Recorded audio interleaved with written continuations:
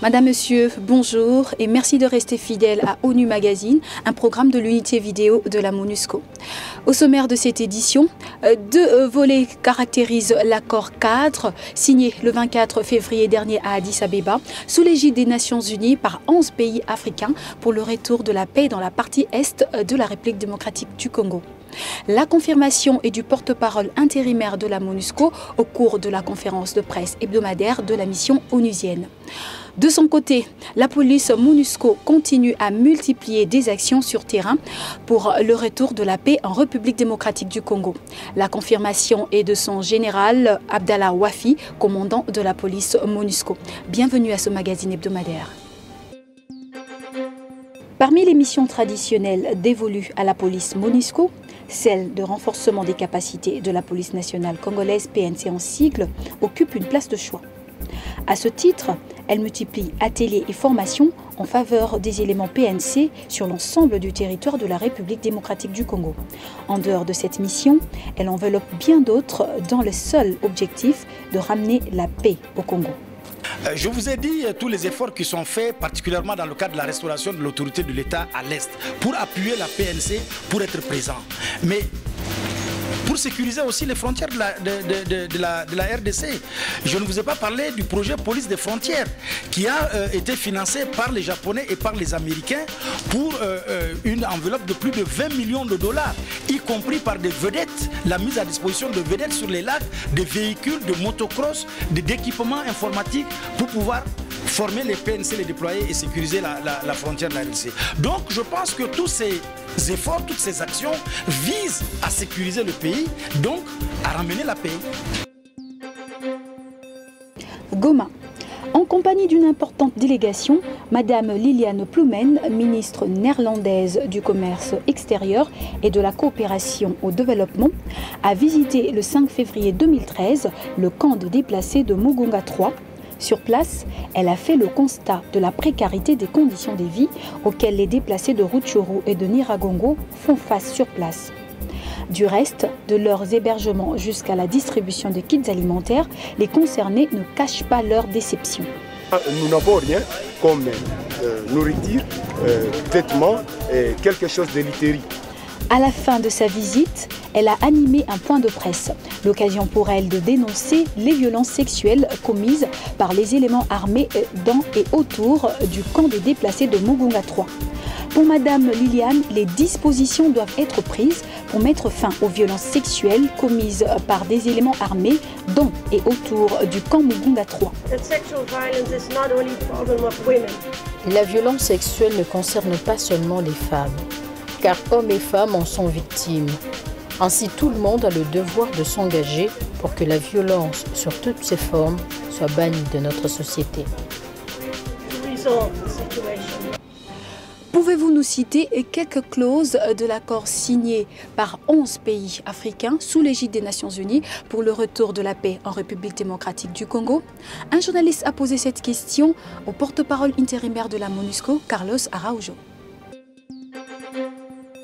Je crois que les deux volets les plus importants de cet accord, c'est un compromis de la République démocratique du Congo de faire des réformes dans le secteur de sécurité et dans le secteur aussi dans la démocratisation du pays.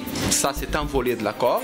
Le deuxième volet, c'est un engagement des pays voisins de respecter l'intégrité territoriale de la République démocratique du Congo.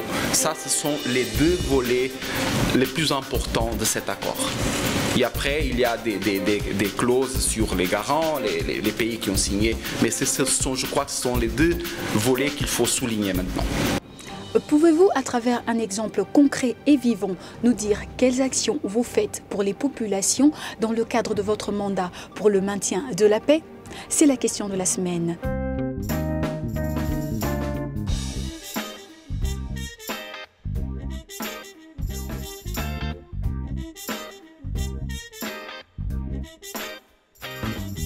Une mission de maintien de la paix est là pour maintenir la paix et protéger la population. Pouvez-vous, par un exemple concret et vivant, nous dire quelles actions concrètes vous faites pour la population dans ce cadre de votre mandat de maintien de la paix? Je peux vous donner un exemple concret et très récent de la MONUSCO et de la protection des civils. Ce mercredi 27 février, il y a eu des affrontements, des combats entre les forces de la FRDC et un groupe rebelle qui s'appelle APCLS dans la localité de Kishanga au Nord Kivu. Environ 9-10 personnes ont été blessées dans ces combats et à la suite de ces combats, beaucoup de gens, des civils, ont cherché refuge à la base de la MONUSCO. La MONUSCO a aussi utilisé ses hélicoptères pour évacuer des blessés à l'hôpital de Goma. Ça, c'est un exemple très concret du travail que la MONUSCO fait pour remplir son mandat de protection des civils. Notre Congolais de la semaine est entrepreneur spécialisé dans la fabrication d'un jus de marque Jambo Joyce. Grâce à son produit, M. Laurent Mouachirois est parvenu à créer de l'emploi qui profite aux Congolais. En tant qu'entrepreneur, il nous explique comment il s'est lancé dans cette aventure. Reportage.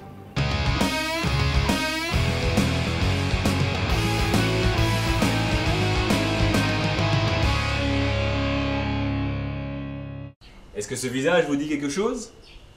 Vous pensez peut-être que c'est quelqu'un que vous n'avez jamais vu ou vous l'avez peut-être déjà croisé.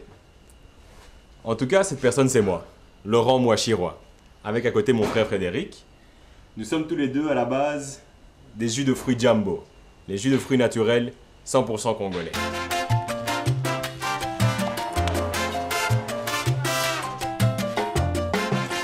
L'idée nous est venue à mon frère et moi. En fait, on est originaire de Kivu, on a grandi au Kivu, donc à l'est du Congo.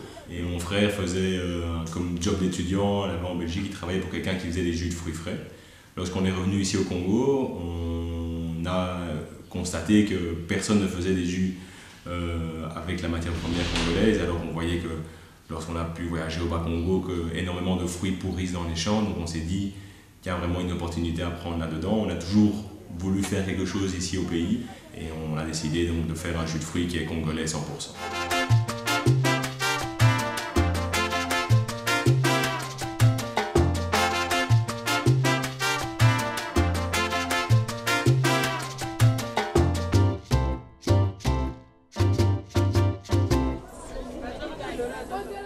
J'insiste beaucoup sur le côté naturel de la chose. On n'a pas d'additifs, il n'y a pas de colorant, pas de conservateur, il est vraiment naturel. Le maracuja, c'est le produit qu'on vend le plus, c'est vraiment celui que les gens préfèrent. Donc, ce qui est important pour produire un bon jus, c'est de toujours goûter la matière première, la toucher. Donc ici pour la mangue, c'est important qu'elle soit mûre, donc qu'elle soit un peu molle. Ici on voit déjà à l'intérieur la couleur est intéressante, donc ça va donner un jus de couleur jaune-orange.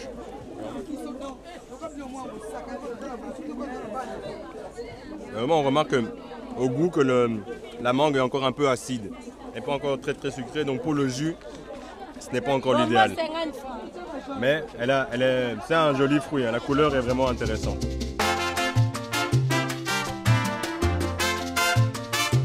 C'est le fruit de notre pays, de Kinshasa, pamplemousse. C'est bon.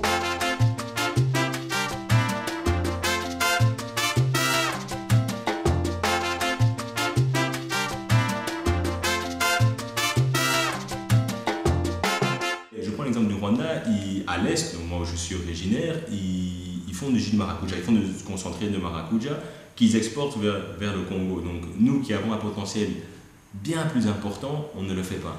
J'avais participé à un forum qui disait qu'au point de vue du potentiel agricole congolais, même pas 10% n'est exploité. Donc on a vraiment quelque chose, on a de l'or entre les mains.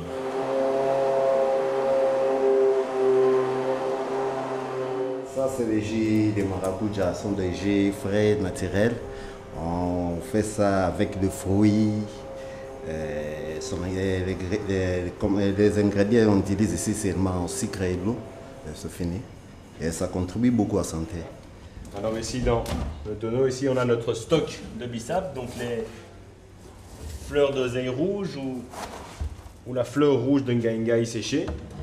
Alors ici, le procédé, c'est on va faire bouillir de l'eau, on va mettre le bissap dedans et directement, ça va prendre la couleur rouge comme ça et on va refroidir, on va mettre ça avec différents petits ingrédients, mais ça la recette secrète que Jambo se préserve de garder. Aujourd'hui, on est toujours à un stade qui est très artisanal, malgré l'acquisition de quelques machines de transformation, mais on n'est pas passé encore à un stade industriel. Le fait, c'est que bon, voilà, on a commencé très petit dans la cuisine chez nous à faire un peu quelques litres. Aujourd'hui, on fait des centaines de litres.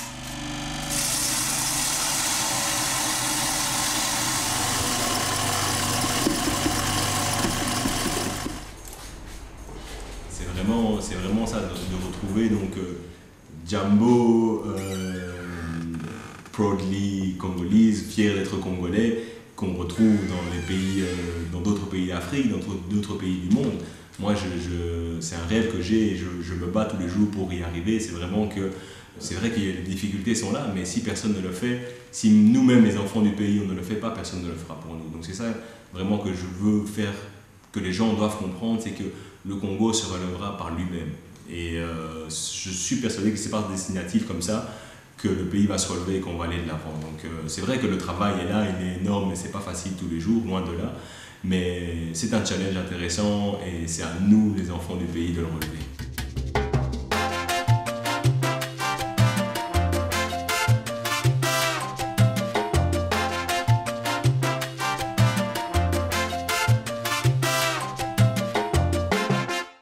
C'est la fin de ONU Magazine. Merci de l'avoir suivi et à la prochaine.